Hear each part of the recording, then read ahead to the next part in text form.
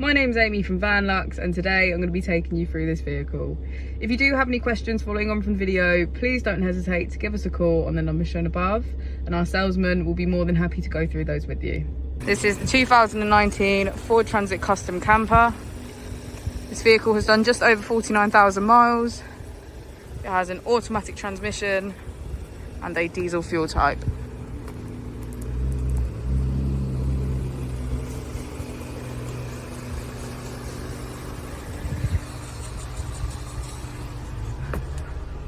As we step inside, we can see that we have a cooker, fridge, and lots of space for storage.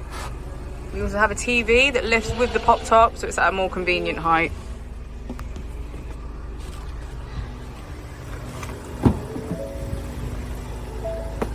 And as we step inside, we can get a good view of the pop top.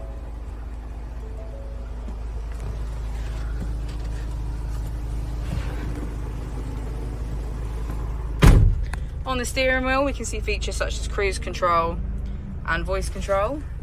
If we move on over to the screen, we can see features such as Bluetooth, emergency assistant, Android Auto preferences, as well as Apple CarPlay and valet mode.